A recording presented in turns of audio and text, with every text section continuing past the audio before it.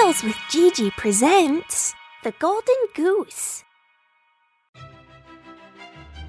There was once a man who had 3 sons. The youngest of the 3 was mocked and bullied by his elder brothers all the time. They even came up with a horrible nickname for him, Simpleton. Their father was getting old and wasn't as strong as he once was, so one day he asked his eldest son to go to the woods to chop wood for the winter. His mother made a cake for him to eat and filled a bottle of wine for him to drink. The boy left for the forest. On his way, he met a dwarf who politely asked him for something to eat and drink, but the son said, "I only have 1 sweet cake and 1 bottle of wine. If I give them to you, there will be nothing left for me, so goodbye."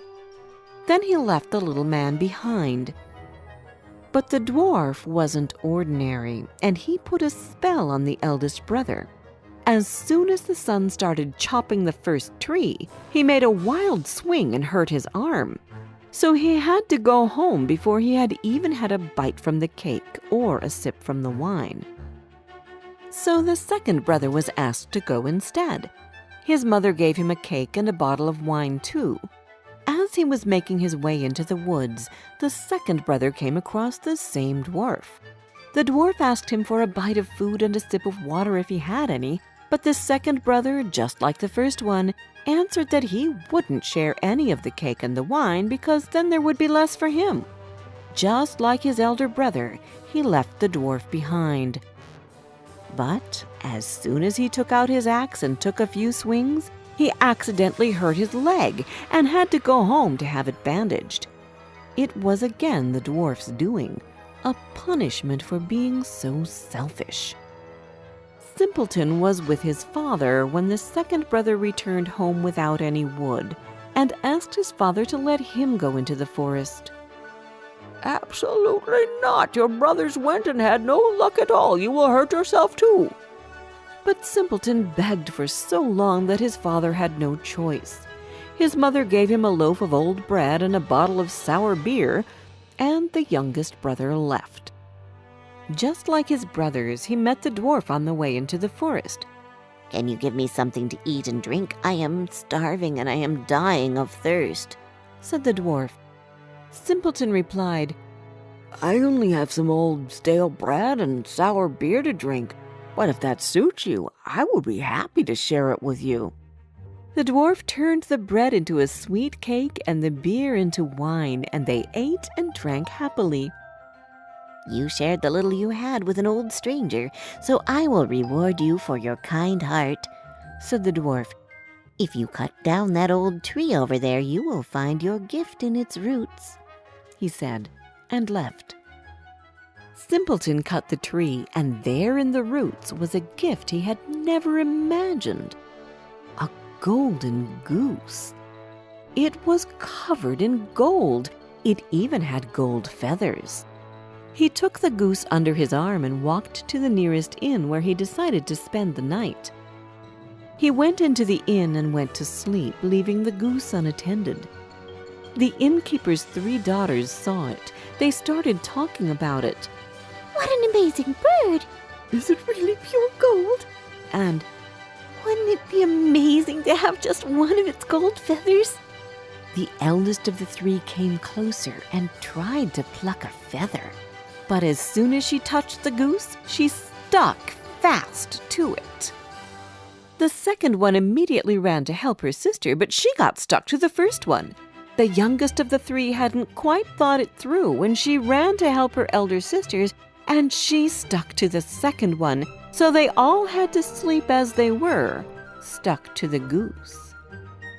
In the morning, Simpleton took the goose under his arm and made his way to the town, paying no attention to the fact that there were 3 girls stuck to the poor bird. On their way, they met a vicar. "What are you girls doing chasing this young man here?" he said, indignant at the procession he was seeing. He held the youngest to pull her away, but this only led to him sticking his hand to hers. Now he had become part of the chain too. They came across a second vicar who, amazed at the quintet, decided to remind the first one that they had a christening that day. But before they could warn him not to touch anyone, the second vicar was already stuck tight to them, and so he had to join the strange parade. Trotting one after another, they came across two woodcutters who held their axes and offered to set them free. But as their axes touched the group, they were immediately held fast to the others, forming a train of 7. As Simpleton and the people behind him entered the city, they heard that the king would give the princess's hand in marriage to someone who could make his daughter laugh, because she was so serious all the time. Simpleton decided that they looked funny enough, so he went to the king's daughter.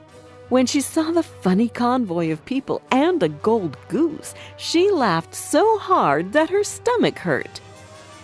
Although Simpleton was the only one who had managed to complete the task, the king didn't want his daughter to marry him because he said, "He is too simple for my princess. So the king thought of another quest. The man who finds me someone able to drink a cellar full of wine will take my daughter to be his wife," he said. Simpleton thought the dwarf could help him, so he ran to the woods to find him. But instead of the little old man, he met someone who was crying. Simpleton asked him what the matter was. "I cannot quench my thirst no matter how much I drink," the man explained. He told the man to stop crying because he had just the right thing for him.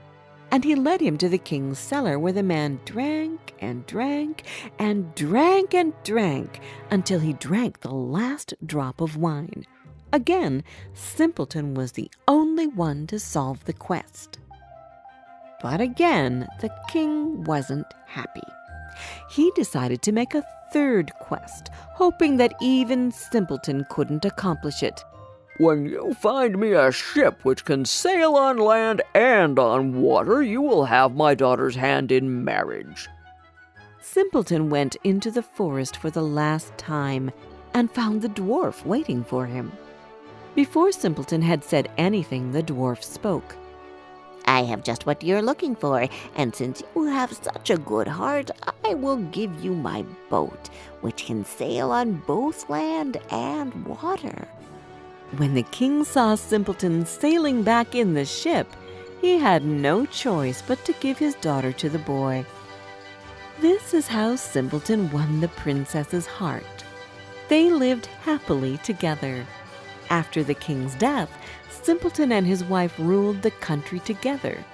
His parents and his brothers never called him Simpleton again, but always used his real name.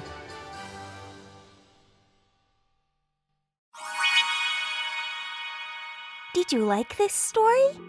Download our storytelling app, Tales with Gigi, where you can find more than 30 other fairy tales and fables which can come in handy during feeding time, bedtime, or on road trips.